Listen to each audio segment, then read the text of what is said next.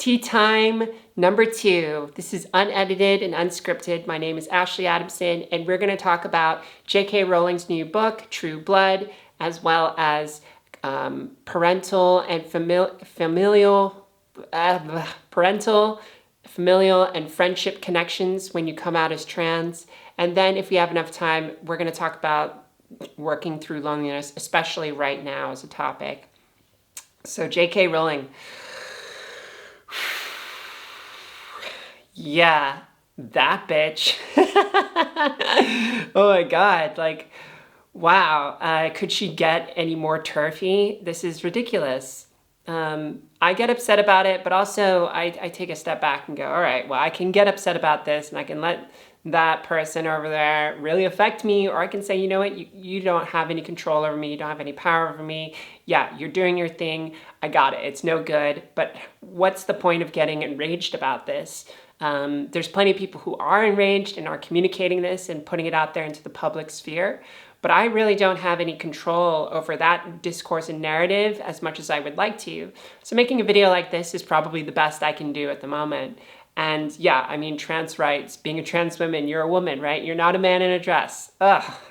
That was like one of the biggest things of getting over, was being afraid of being perceived as a man in a dress. And it just really sucks that someone is out there creating a narrative around a man in a dress who's going out there and killing people and being a serial killer. Like, have we progressed? Is this progression? I don't get it. It's just dumb. And I think a lot of people are upset about it. I just read this quote from Cynthia Nixon, who's a well-spoken kind of like figure online in the media sphere, and she has a trans son, and she wrote this in reaction to it. And this, for context, she says this is about Harry Potter. She says, the Harry Potter books seem to be about championing people who are different. So for her to select this one group of people who are obviously different and sort of deny their existence, it's just really baffling. I know she feels like she's standing up for feminism, but I don't get it. Yeah, I don't get it either. And like, why do feminists feel so strongly about trans women and forget about trans men? Like, have you, like, if you're going to live in that world of feminism, you're also going to say, you know, vagina equals woman, but then a trans man comes along and you say, well, trans man has a vagina, so therefore he's still a woman, and we should deny the fact that this woman wants to be a man and also deny support for her, which just doesn't make any sense. So yeah, plenty of people debate about that. I'm not going to get into that topic. It's just dumb. This is straight up dumb. And I wouldn't get too upset about it. I wouldn't get your panties in a twist, because there's many other things that we can focus on to progress being trans and to help other people. It's just so much stress that I don't think we need to deal with and have anxiety over. You know, like, you pick up the phone, there's a lot of things online. There's a lot of things that can, you know, cause you anxiety, right? When was the last time you felt some anxiety from reading something online? Was it yesterday? Was it like 5 minutes ago? There's so much stuff. And honestly, it's kind of like controlling. My solution, I don't know about yours, but my solution has been to kind of take a step back, be like, all right, that bitch, and to just move on with my life, and to try and control how much media I'm consuming related to news. It's a lot. So that's all I have to say on that. Rachel, thank you for suggesting this topic. By the way, if you'd like to suggest a topic, please write a comment below. I read the comments and I reply to them within the same day, because I'm some small little vlogger. So if you want to interact with me, it's really easy to do that. And if you want to suggest a topic, I would love that, because I'm going to film a video tomorrow. Anyways, Rachel, thank you for your first suggestion for tea time. So how has your transition affected your friendships or familial relationships? So this is really simple. Basically, coming out as trans to my family and friends became like relationships were binary, in the sense that some relationships would no longer continue, and then some relationships would absolutely continue and get even deeper. And With my family, it was a bit of a coping process for my dad. My stepdad, I have not talked to about this topic, but he has seemed to have respected my name change as well as my pronouns, probably thanks to my little sister who lives with them and continues to educate and be an activist for me. So thank you, Jackie. I really appreciate that. But with my friends, it's sort of like all my friends previously were men, mostly, and we were brothers. And that brotherhood kind of breaks when one of your brothers becomes a woman. What are we now, like sister brother? So those people who were like in my brotherhood kind of moved away. I think they were confused or said like this person that she's become is not the same thing that I subscribed or signed up for. By the way, please subscribe. I'm begging you. No, I'm not. So that kind of like process where they disconnect is, that happened.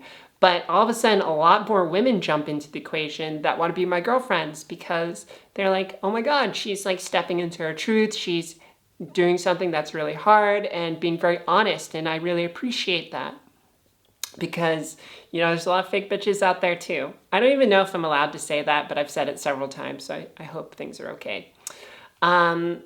Yeah, so that pretty much sums it up. The coming out was really simple. I did it one-on-one with most of my close friends and then said something to the tune of, I know you may have been seeing that I've been going through some changes lately and I wanted to share something with you that's something that I've realized and is very close to my heart, which is that I'm a woman. Yeah. So it's been something like that. That's the second topic. The last topic is loneliness. So how are you feeling right now? Because COVID is a thing. Everyone's in some kind of lockdown. You can't do life like you used to. You can't trust that you're going to be safe hanging out with all your friends or even like hugging or just walking around in public. It's anxiety inducing, right? How are you managing that? I work remotely, and so I don't interact with people in real life. And I've moved to a new country. I'm in Berlin, Germany now. I've been here for 6 months, and I have some friends, but no one's close because they're all new friends. And I think like even being around people, you can still be lonely. And that's probably the trickiest thing is you think, what is your solution to loneliness? Go out, meet people, hang out with friends, right? But what happens when you try that and you do that, but you still feel lonely? The emotional connection is the answer, in my opinion. I don't know what it is in yours, but the emotional connection is what kind of gets rid of loneliness. It alleviates the loneliness because you have that trust and you have that belief in that mutual connection. And I just don't have that locally. I don't have any of that to share with. So, my days are very non-human interacting. I wake up, I record this video, I have work to do, and I work online. I have a few Zoom meetings, and then it's too late for me to meet up with anyone. So then I just, go to bed. My life is kind of sad. But whatever, my life, I'm thankful for what I have. Honestly, I am. But yeah, I'd love to hear how you work through your loneliness and kind of like what steps that you take to kind of help support you.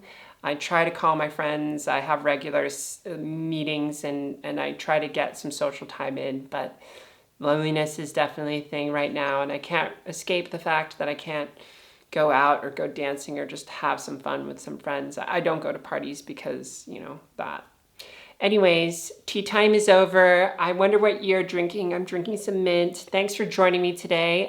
Write suggestions for topics tomorrow, and I'll shoot another video tomorrow. Thanks for joining me. I'm Ashley Adamson. Goodbye.